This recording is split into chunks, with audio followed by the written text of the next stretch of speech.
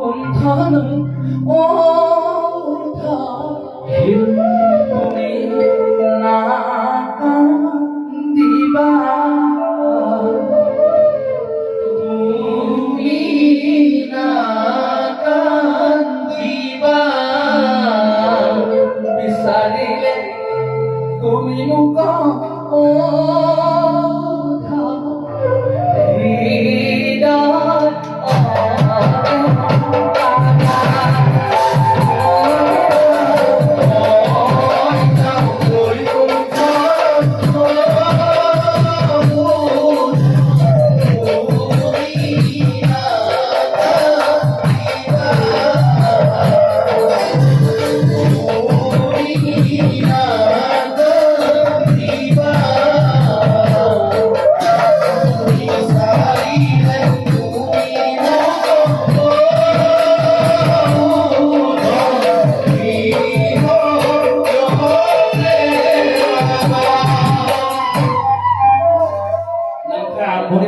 গুৰুত্বপূৰ্ণ কথা এটা মনত পৰিল এই কথাটো মই এইকাৰণে মনত কৰি এনেধৰণে আউটী সত্ৰত নাম গাই আছো এই কীবৰ্ডখন 2006 চনত সময়ত সত্ৰাধিকাৰ প্ৰভু মোক ক'লে এইবিলাক বাদ্যযন্ত্ৰ নবজাব এইবিলাক বাদ্যযন্ত্ৰ নামত বজালে মানুহে বেয়া পাব নহয় তোমাক আধুনিক কৈছে বুলি ক'ব ছাৰ উঠি আহিলে নহয় উঠি আনি প্ৰভু ঈশ্বৰক কৈছিল প্ৰভু বেয়া নাপাব এই ল'ৰাবোৰে নাম গাবলৈ এৰিব নহ'লে এই নতুন বস্তুবোৰ লাগিব ইহঁতি এইবোৰ পঢ়ি শুনি আহিছে পঢ়ি শুনি আহি খালি ইহঁতক আমি এটা কথা চাব লাগিব এই বস্তুটো ভালভাৱে ইয়াত ইউজ কৰিছে লাগে আৰু ছাৰে যেতিয়া সত্ৰাধিকাৰ প্ৰভু ঈশ্বৰক কোনেও বুজি নোপোৱাকৈ দুইজনে ইংৰাজীত কেইটামান কথা পাতিলে কি কথা পাতিলে মই কিন্তু বুজি নাপালোঁ আৰু এতিয়া সত্ৰাধিকাৰ প্ৰভু আছোঁ তোৰাম ধনীকৰ ছাৰে ইংৰাজীত কেইটামান কথা পাতিলে এই বাদ্যযন্ত্ৰটো লগৰ হাতে তেতিয়া মোক ছাৰে ক'লে একো নাপায় তহঁতি খালি ভালকৈ সুন্দৰভাৱে সংগত কৰিবি সুন্দৰভাৱে সংগত কৰিবলৈ হ'লে এই সোণৰ ফৰকাছ হ'ল তেতিয়া প্ৰভুৱে মোক ক'লে খনিকৈ যেতিয়া কৈছে আমাৰ ক'বলগীয়া নাই তুমি নাম গাই দিবা হে ৰাম ৰাম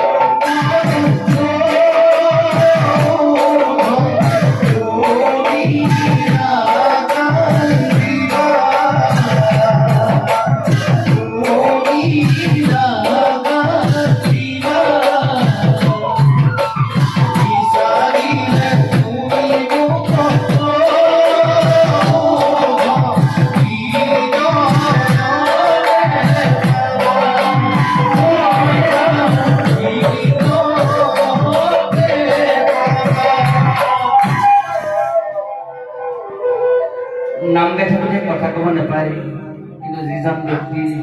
আদ্যচাৰত নাম গৈছোঁ তেখেতে যেতিয়া কথাবিলাক প্ৰাসংগিক বুলি ভাবি গৈছে সেইবিলাক টানি আনিব লাগিব প্ৰভু মোক ছাৰে কৈছে ছাৰে কিছুমান কথা কৈছে নাম গাবলৈ যাওঁ মোক জয়ন্ত বুলি মাতে আপোনালোকে মোক কমলা গগৈ বুলি জানে ছাৰ ঐ ল'ৰা জয়ন্তটো পাছতে কয় ল'ৰা বুলিয়ে কয় ঐ ল'ৰা এই যে নাম গাবলৈ যদি কথাবিলাক মানুহক কবি মানুহ মৰিলে কান্দন নাই মোৰ ছাৰ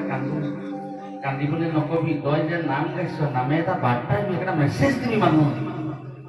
কিয় তই নাম গাইছ মানুহে নাম কেলৈ গাব লাগে নতুন প্ৰজন্মই কিয় নাম গাবলৈ আহিব লাগে এটা মেছেজ দিবি তাৰমানে তই যিটো কাম কৰিছ সেই কামৰ পৰা মানুহ 10জন মানুহ উপকৃত হ'ব লাগিব নহ'লে একেই সময় কষ্ট কৰিবি কাম কৰিবলৈ যে হাজিৰা কৰি যাবি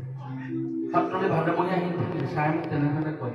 এই কথাবিলাকে আমাক ছাৰে সংস্কাৰ দি থৈ গ'ল মোক এই নামবিলাক গাওঁতে ছাৰে এই নামবিলাক ছাৰে নাম নাগায় কিন্তু ছাৰে আমাক এটা আদৰ্শ দেখাই থৈ গ'ল এনেধৰণে নাম গাই থাকি কথাবিলাক কবি ছাৰে তেতিয়া মোক কৈছে দেখি নামবিলাক গাওঁতে বিশ্লেষণ কৰিবলৈ যত্ন কৰিবি মোৰ ছাৰে কেনেকৈ কৰিবি তেতিয়া মই ছাৰক সুধোঁ কি কৰিম কাৰণ আউনীতি সত্ৰৰ পৰাপতত ছাৰে মই বহি থাকোঁ বহিতে ছাৰে কয় মই সেইবোৰ নাজানো তই ভোৰেৰে কবি তইহে নাম লোৱা মানুহ তোক মই বিষয়টো দেখুৱাই দিছোঁ এই কথাবিলাক কবি তেতিয়া ক'বলৈ যত্ন কৰিছিলোঁ যে প্ৰভুৱে বাৰে বাৰে উদ্ধৱক কৈছে মই বৈকুণ্ঠলৈ যাম তুমি নেকান্দিবা মই যে বৈকুণ্ঠৰ পৰা পৃথিৱীলৈ আহিলোঁ জীৱ কল্যাণৰ কাৰণে আহিলোঁ আকৌ মই বৈকুণ্ঠৰ পৰা পৃথিৱীলৈ গুচি যাম তুমি নেকান্দিবা এইবিলাক কথা নামৰ মাজত কথা ক'বলৈ শিকোৱা ব্যক্তিজনে মোৰ কোৱাম খনিকৰ ছাৰ মোৰ গুৰু শিল্পী দেখে ছাৰে বাৰে বাৰে এই নামবিলাক যেতিয়া নাম গাইছে তেতিয়া বোলে এই চাবাছ চাবাছ ল'ৰা বেছিকৈ নকয় আৰু সেইটোহে কৈছে আৰু বেছিকৈ লাই নিদিয়ে ওপৰত উঠো বুলি ছাৰে ছাৰ সদায় ছাৰৰ সেইখিনি গুণ আছিলে সদায় আশীৰ্বাদ দি থাকিলে সেইকাৰণে ছাৰৰ পবিত্ৰ আদ্যশ্ৰাদ্ধত এই নাম আগবঢ়াইছোঁ কৃষ্ণ বৈকুণ্ঠলৈ যাব হ'ল উদ্ধৱে বাৰে বাৰে শ্ৰীকৃষ্ণ চৰণত কান্দিছে প্ৰভু তুমি যে বৈকুণ্ঠলৈ যাবা মোকো তুমি লৈ যাবা নহ'লে তুমি বৈকুণ্ঠলৈ নাযাবা শ্ৰীকৃষ্ণই কৈছে মই বৈকুণ্ঠৰ পৰা পৃথিৱীলৈ আহিলোঁ জীৱ কল্যাণৰ কাৰণে মই তোমাক বৈকুণ্ঠলৈ লৈ যাব নোৱাৰোঁ এতিয়া উদ্ধৱে কৈছে যদি তুমি মোক বৈকুণ্ঠলৈ লৈ যাব নোৱাৰা তুমি যাব নোৱাৰা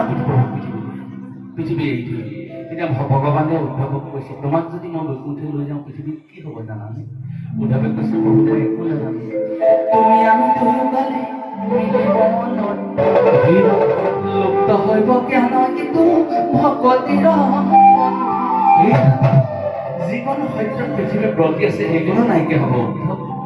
পৃথিৱীৰ ব্ৰতি থাকিব লাগিব না মই পৃথিৱীৰ পৰা গুচি যোৱাৰ লগে লগে পৃথিৱীত থাকিব লাগিব কিন্তু মই পৃথিৱীলৈ যোৱাৰ পাছত তুমি কি হ'ব জানানে উদ্ধৱে কৈছে মই একো নাজানো প্ৰভু তেন্তে শুনা মই গ'লে লোকত মিলিবে বিমন্ত দ্বাৰকা নগৰ সাগৰত যাই এই মানুহবিলাক দেখিছা মোৰ সন্মুখত যে নৰমণ্ডলী দেখিছা মই সিদিনা বৈকুণ্ঠলৈ গুচি যাম মানুহৰ মাজত সিদিনাখন অমংগল হ'ব আৰু হয় কৃষ্ণ বৈকুণ্ঠলৈ যোৱাৰ লগে লগে কলিয়ে সন্ত্ৰাস সৃষ্টি কৰিলে মানুহৰ মাজত অপায় অমংগল সৃষ্টি হ'ল মানুহ অকাল মৃত্যু হ'বলৈ ধৰিলে সিদিনাখনিৰ পৰা যদুবংশ লগে লগে ধ্বংস হ'ল মানুহৰ মাজত ইমানবিলাক অসূয়া অনীতি সৃষ্টি হ'ল আকৌ প্ৰভুৱে কি ক'লে দ্বাৰকা নগৰ সাগৰত যাই দ্বাৰকা নগৰখন সাগৰত ডুব যাবলৈ এতিয়া উদ্ধৱে প্ৰভুক কৈছে প্ৰভু মই ক'ত থাকিম হেৰা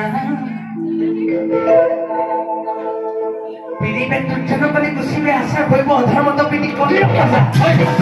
কলিয়ে গ্ৰাস কৰি সমস্ত মানুহৰ আচাৰ নীতি নাইকিয়া কৰিব তুমি পৃথিৱীত থাকিব লাগিব মানুহবিলাক আচাৰ নীতি নাইকিয়া হ'ব এতিয়া যিবিলাক পৃথিৱীত চলিছে কি চলি আছে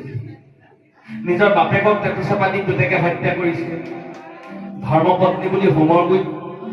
মানুহগৰাকীক জুইত সাঁচি পাই পিনি মানুহগৰাকী আনিছে সেই মানুহজনীয়ে ৰাতিৰ ভিতৰত বেলেগ এজন মানুহ লগ লগাই পিনি নিজৰ মানুহটো মাৰি পেলাইছে এইবিলাক কৈ থকা নাই জানো নিজৰ সন্তানে পিতৃক হত্যা কৰিছে যিবিলাক চলি আছে পৃথিৱীত পিৰিবে দুৰ্জনকলি গুচিবে আচাৰ হইব অধৰ্মত পিটি কলিৰ প্ৰতাপ এনেকুৱা হ'ল তেতিয়া উদ্ধৱে ক'লে প্ৰভু মই এইখন সংসাৰত থাকিব নোৱাৰোঁ মোকো তুমি লৈ যাবা উদ্ধৱে কৃষ্ণৰ চৰণত ধৰি কৈছে নাযাবা আমাক এৰি মোৰ প্ৰভু দেৱ নাযাবা আমাক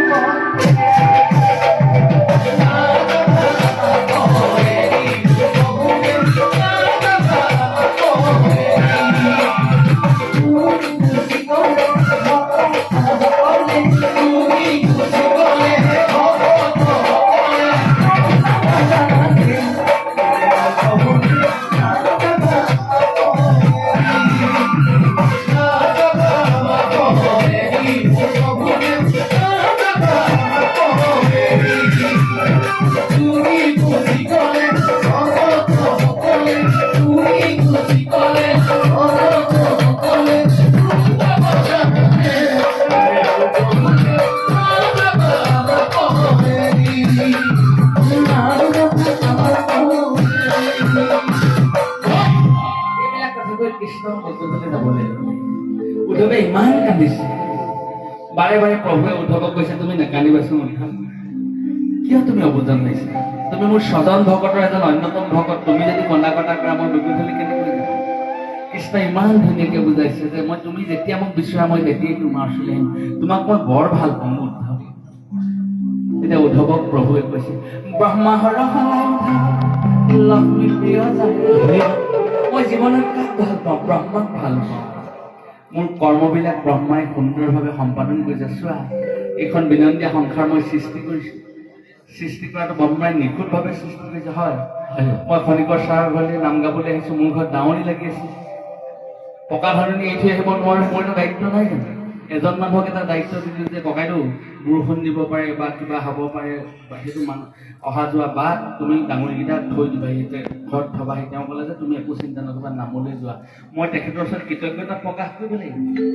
মই তেখেতৰ ওচৰত কৃতজ্ঞ। ব্ৰহ্মাই ওচৰত ভগৱন্তক কৃতজ্ঞ। শাস্ত্ৰই কৈছে আমাক যেতিয়া মানুহে আমাক উপকাৰ কৰে নহয়, আমি সেই মানুহজনৰ ওচৰত কৃতজ্ঞতা প্ৰকাশ কৰিব লাগে। তাকে যদি নকৰোঁ, আমি মানুহৰ পৰা অধমলৈ ৰূপান্তৰিত হ'ম। এইবিলাক শাস্ত্ৰই কৈছে। ব্ৰহ্মাৰ ওচৰত ভগৱন্ত কৃতজ্ঞ, কাৰণ ব্ৰহ্মাই বিনন্দীয়া সংসাৰখন সৃষ্টি কৰিছে। তাৰপিছত কি বুলি কৈছে? মই হৰক ভাল পাওঁ, শিৱক ভাল পাওঁ, শিৱই মোৰ বিনন্দীয়া সংসাৰখন সংহাৰ কৰিছে। চোৱা, মই একো নকৰাকৈ তেওঁ সেইখিনি কাম কৰিছে। তাৰপিছত মই কাক ভাল পাওঁ? ব্ৰহ্মা হৰক মই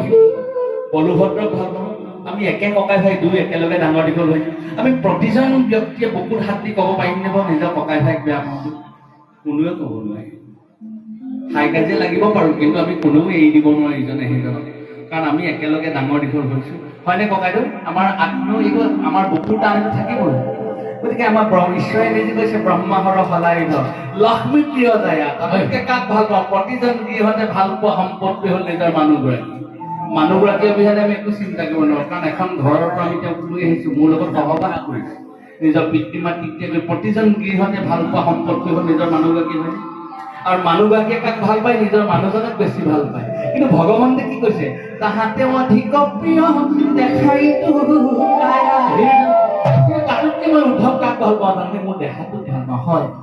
মোৰ মানুহগৰাকী গা জ্বৰ উঠিছে বুলি হাতখন কোনোবা এজন মানুহে জুইত ভৰাই থ'ব পাৰিব নোৱাৰে, কাৰণ প্ৰতিটো জীৱই বেছিকৈ ভাল পোৱা সম্পত্তি হ'ল নিজৰ দেহাটো। ঈশ্বৰে কৈছে ব্ৰহ্মা হৰক লক্ষ্মী প্ৰিয় দয়া, তাহাতে অধিক এইটো দেখি মোৰ কায়া। দেহাটোক মই বেছি ভাল পাওঁ। তাহাতে অধিক প্ৰিয়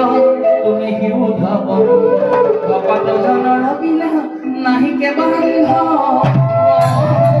ভকতজনৰ বিনা নাহিকে বান্ধ। এনেহেন কথাকৈ প্ৰভু বৈকুণ্ঠলৈ গুচি গ'ল। উদ্ধৱে চাৰিওফালে অন্ধকাৰ দেখিলে। কৃষ্ণ কলৈ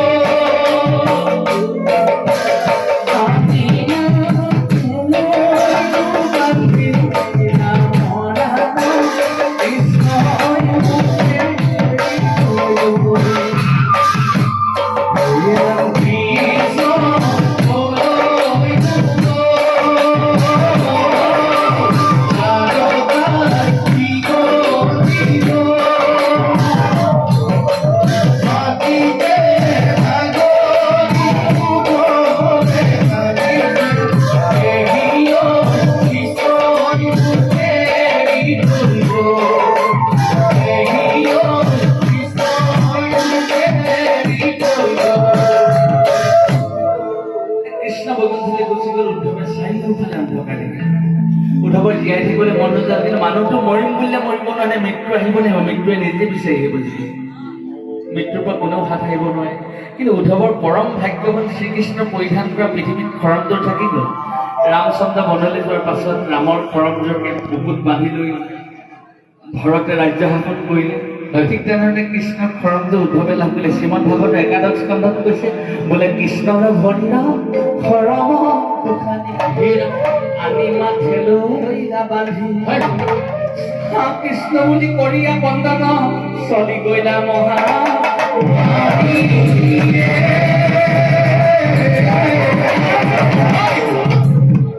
উদ্ধৱৰ চাওকচোন উদ্ধৱে খাবলৈ নাপালে মানুহে মুখ শুকাই যাব উদ্ধৱে খাবলৈ এৰিলে পিন্ধিবলৈ এৰিলে নিত্য নৈমিত্তিক কৰ্ম এৰিলে অস্বাভাৱিক আচৰণ কৰিলে এজন ভকতে যিমানখিনি নিত্য নৈমিত্তিক কৰ্ম কৰে তেওঁ ভকতৰ পৰা আঁতৰি গুচি আহিলে তেওঁ তাৰমানে অস্বাভাৱিক কি কৈছে উদ্ধৱে গম নাপায় বোলে নাই অন্নপান ভোগে যাই দিলে সন্তৱে মুখ মলিল এইবিলাক শ্ৰীমদ ভাগৱতে কৈছে সন্তৱে মুখ মলিল তাৰমানে কি কৈছে মুখতে শুকাই গ'ল খাবলৈ নাপায় বোলে নাই অন্নপান ভোগে যাই দিলে সন্তৱে মুখ মলিল কৃষ্ণৰ চৰণ চিন্তিয়া উদ্ধৱ তহিতে কৰে কম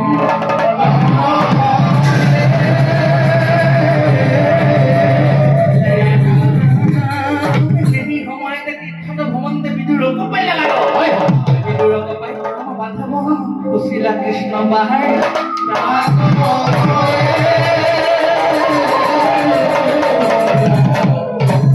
আমি যদি কল্পনা কৰি চাওঁ অতিকে দুখৰ শ্ৰীমদ ভাগৱতৰ একেবাৰে দুখৰ যদি অধ্যায় এটা আছে এই একাদশ স্কন্ধৰ উদ্ধৱ কৃষ্ণ সংবাদ আৰু উদ্ধৱ বিদুৰ সংবাদ উদ্ধৱ বিদুৰ সংবাদটো অত্যন্ত দুখৰ কাৰণ কৃষ্ণই বৈকুণ্ঠলৈ গুচি গ'ল উদ্ধৱক এৰি এতিয়া উদ্ধৱ অকল হৈ আছে জনশূন্য কাৰ লগত থাকিব যমুনাৰ দ্বাৰকা নগৰখন সাগৰত ডুব গ'ল যদুমুখ নিজৰ মাজত উদ্ধৱে এই খনিকৰ কামত যদি মানুহ এজনেই থাকে